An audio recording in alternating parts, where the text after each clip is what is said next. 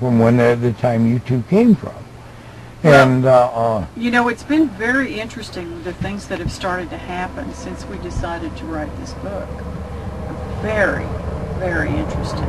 Because we never dreamed we'd be doing an internet broadcast show, ever. That was like, and first of all, we get a phone call from the woman who sent us the tapes. She's very well connected in the community, the UFO people, she's very well respected. She's a recluse pretty much. She keeps to herself. She said, tell him my name, tell him I said hi. Her name is Barbara Bartholomew. But Barbara Bartholomew, M-E-W. Well, she says Barbara Bartholomew. Oh, I know, that's what she calls herself. But her inner self is Barbara Bartholomew. Interesting. I'll tell her that. But she said when she met us, and he went back in time, back forward in time, and saw us as one, and I had been carrying this knowledge of us being one ever since we reconnected and not being able to talk about it to anybody. And anyway, she said, I have got to have this story told. Let me call someone. And this was a radio show. And this was a friend of hers, and she said, you've got to put these people on, and you've got to put them on Valentine's Day and let them tell the story. Well, anyway, we never dreamed we were going to do this show. This was like a few days or maybe, a week before the show. These shows are set, Yeah, like me and our Bell. Bang. So anyway, this guy calls us and says, oh my God, I'm on fire about this story. You got to tell it to me. So he goes, I've got just a few minutes. We're on the phone with this guy for an hour, and we have to leave. And he says, I don't want to hang up. This is amazing. So we get on this show. We do the Valentine's show, and we're telling our story. And these guys that were on there were so mesmerized that they quit talking. They quit being the host, and they quit being the co-host, and nobody was talking.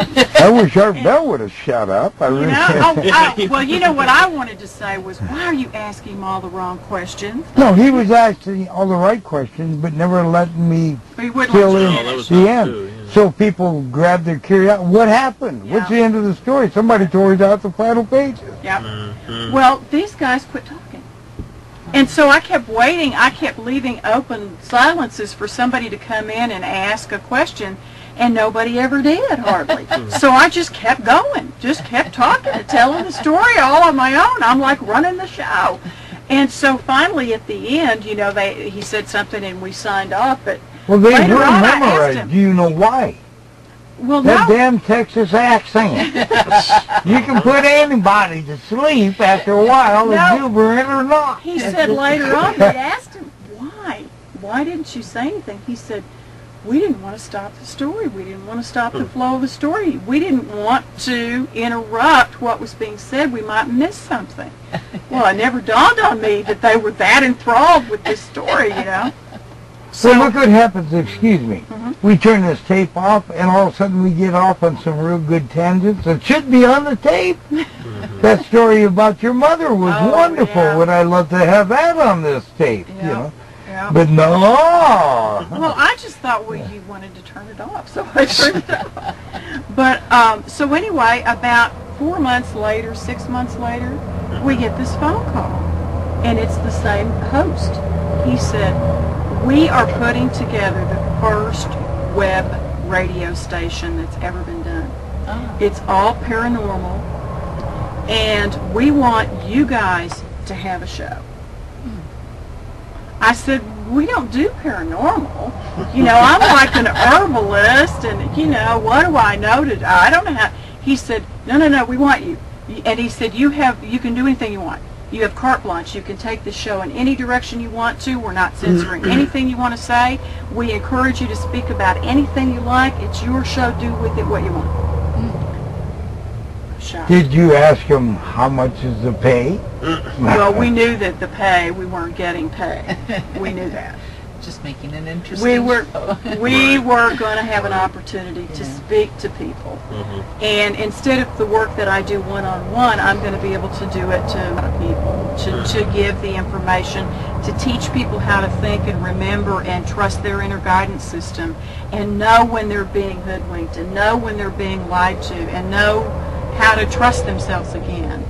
And so anyway, I said to him, do you want to do this? We're not going to do this unless we're going to have fun with it, number one. And when it stops being fun, we're not going to do it. But I said, I think we should think about doing this. And so we talked it over, and he goes, okay, So we've been doing, this will be, February will be our 5th show. Oh, you've already done these two. Oh, yeah. One a month or what? Yeah, one a month. Yeah. We've agreed to do So one a month. Some people are doing one a week, and he's doing one every night. Wow. He and his co-host. 4 or 5 nights a week. Oh, yeah, 4 or 5. Anyway, theirs are very frequent, but most of the hosts are once a week. Mm-hmm. But we just, because of everything else we're doing, one a month, and we really put together. They all have guests. because they have guests. They have guests. Our show is us. Yeah. Teaching in our way people how to wake up. Mm-hmm. And we certainly thought from the beginning it would look very different than it's evolved to. Mm-hmm. But because Richard goes, oh, good, we can talk about our products and teach people how to heal from different diseases. And I kind of thought, I don't want to do that. I've got an opportunity here to really wake people up. I want to do something different. And he kind of gets on me from time to time. He goes, do you think you could mention the products just for like 2 minutes at the end? We do have products. Actually, to be honest with you, by not mentioning it, makes it all the more appealing. I've gotten letters from people say, finally, we get somebody on that hasn't got anything for sale. To sell. Mm-hmm. Right now, I'm getting things for sale. Because they want something. Yeah, they want something, and I cannot spend weeks and weeks writing the answers to one person. Right. Right. I can't do it. Exactly. Well, that's what I was going to say. You can't keep repeating those letters over and over and over. Well, that's what I was going to say to you before. I mean, one thing that you, if you haven't, you should consider in terms of dealing with the workload that you're faced with is a way to communicate answers to the same kinds of questions you're getting over and over in a broadcast kind of way. The website's perfect. So somebody says, how do you fly? I've got 4,000 flyers here to send out. Yeah. The trouble with it is, every flyer costs me time to make the first one and money to make them all after that. And nobody's sending any money to it. I can't honestly say nobody.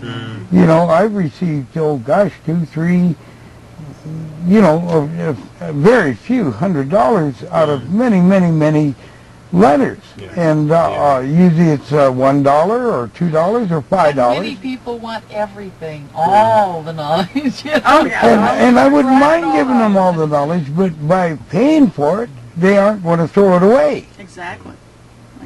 It's hard for me to do this, but I've seen it happen. I've wasted time on too many people. Well, and it's absolutely an energy exchange that's necessary. Right. It's necessary. Even the people that I barter with that can't pay me, I do not take a service from them that I don't need. Because that's wrong too. That's still giving things away.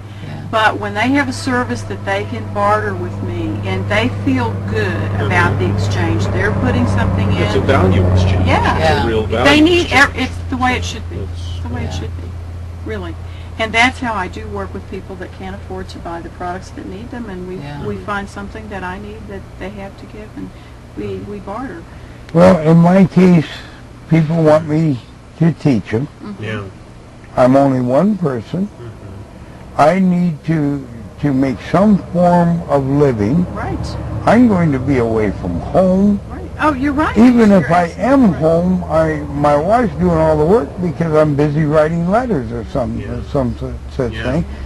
And I'm a medicine man. I'm supposed to do what I'm doing. I'm a Wakayan. I'm supposed to do what I'm doing. Probably with less swear words, but I'm still supposed to be doing what I'm doing. And it puts a load on the wife, and really, she doesn't make that much in a year. So we end up in a little dinky 8x26 foot camp. Tell her to get a better job. Anyway. Yeah, good idea. One of the better paying jobs in this area for Well, what I'm doing is I went to college, but you know, Yeah, I we didn't both really got train college for anything, education. You know, Yeah. an art major and a crafts minor.